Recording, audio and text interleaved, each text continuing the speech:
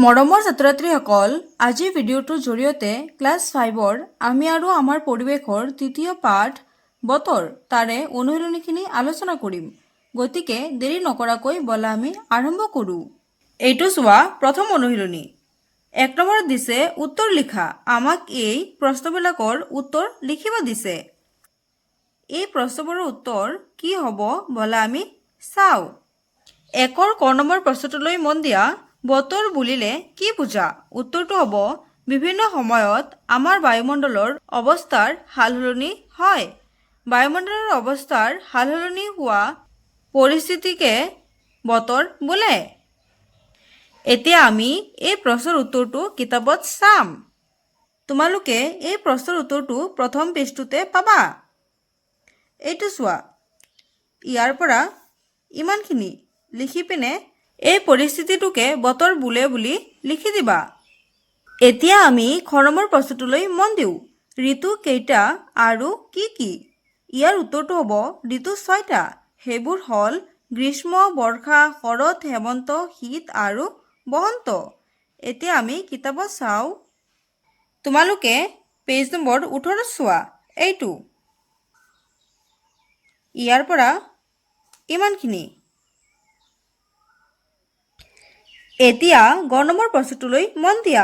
বতৰৰ আগজাননী মানে কি? উত্তৰটো হ'ব আমি ৰেডিঅ', দূৰদৰ্শন, ইণ্টাৰনেট আদিৰ জৰিয়তে বতৰৰ বিষয়ে আগতীয়াকৈ জানিব পাৰোঁ। এনে জাননীক বতৰৰ আগজাননী বোলা হয়। এতিয়া আমি কিতাপত চাওঁ। এই প্ৰশ্নৰ উত্তৰটো পেজ নম্বৰ 19ত ধুনীয়াকৈ দিয়া আছে। এইটো চোৱা। ইয়াৰ পৰা ইমানখিনি। আৰু এটা কথা মনত ৰাখিবা যে বতৰৰ আগজাননীক আৰু এটা নামেৰে জনা যায়।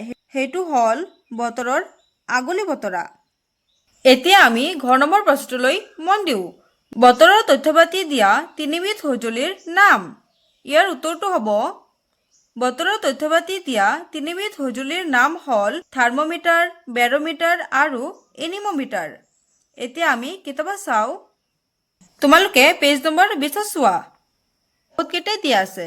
থাৰ্মোমিটাৰ, বেৰোমিটাৰ, তাৰপিছত এনিমোমিটাৰ। লাষ্টত চোৱা গোটেইখিনিৰে মিটাৰ মিটাৰ লিখা আছে। ইয়াতো মিটাৰ আছে, ইয়াতো মিটাৰ আছে, ইয়াতো মিটাৰ আছে। তোমালোকৰ যাতে মনত ৰখাত সুবিধা হয় সেইটো কাৰণে মই এই তিনিটাই লিখিছোঁ। তোমালোকে ইয়াৰ পৰা যিকোনো তিনিটা লিখিব পাৰা। এতিয়া উংগ নম্বৰ প্ৰশ্নটোলৈ মন দিয়া। কোনটো বিভাগে গোটেই দেশখনৰ বাবে বতৰৰ আগজাননী প্ৰস্তুত আৰু প্ৰচাৰ কৰে? এতিয়া উত্তৰটো কি হ'ব চোৱা।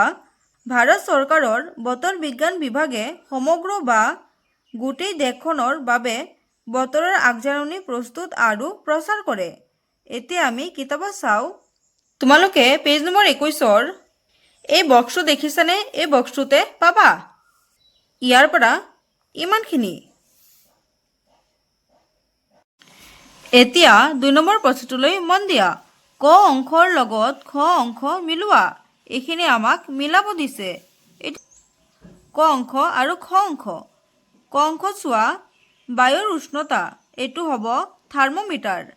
বায়ুত থকা জলীয় ভাস্পৰ পৰিমাণ। এইটো হ'ব হাইগ্ৰমিটাৰ। বৰষুণৰ পৰিমাণ। ৰেইন গজ। বায়ুৰ গতিবেগ। এনিমোমিটাৰ। এতিয়া 3 নম্বৰ প্ৰশ্নটোলৈ মন দিয়া। খালী ঠাই পূৰ কৰা। ক নম্বৰত হ'ব গৰম দিনত পাতল কপাহী কাপোৰ পিন্ধিবলৈ বৰ আৰামদায়ক। এতিয়া আমি কিতাপত চাওঁ। তোমালোকে 19 নম্বৰ পেজৰ প্ৰথম দফাটোত চাবা। এইটো। গৰম দিনত পাতল কপাহী কাপোৰ পিন্ধিবলৈ বৰ আৰামদায়ক। ইয়াৰ পৰা ইমানখিনি। খ নম্বৰটো হ'ব বতাহৰ দিশ জুখিবলৈ দিশদৰ্শী সূচক নামৰ সঁজুলি ব্যৱহাৰ কৰা হয়। এতিয়া আমি কিতাপত চাওঁ। 20 নম্বৰ পেজত চোৱা। দিশদৰ্শী সূচক। বতাহৰ দিশ জোখা সঁজুলি।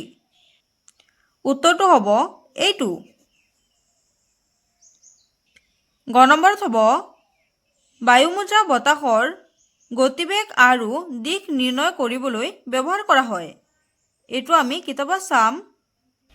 এই প্ৰশ্নৰ উত্তৰটো পেজ নম্বৰ 20তে পাবা। এইটো বায়ুমোজা। বতাহৰ গতিবেগ আৰু দিশ নিৰ্ণয় কৰা সঁজুলি। একেবাৰে শেষৰটো চোৱা।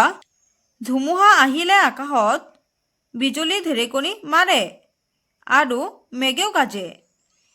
এইটো ইয়াতে জাগা হোৱা নাই কাৰণে মই ইয়াতে লিখি দিছোঁ। এতিয়া আমি কিতাপত চাওঁ। পেজ নম্বৰ 16ত চোৱা।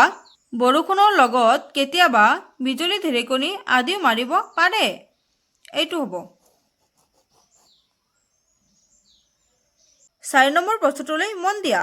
বতৰৰ আগজাননী কি কি মাধ্যমৰ জৰিয়তে দিয়া হয়?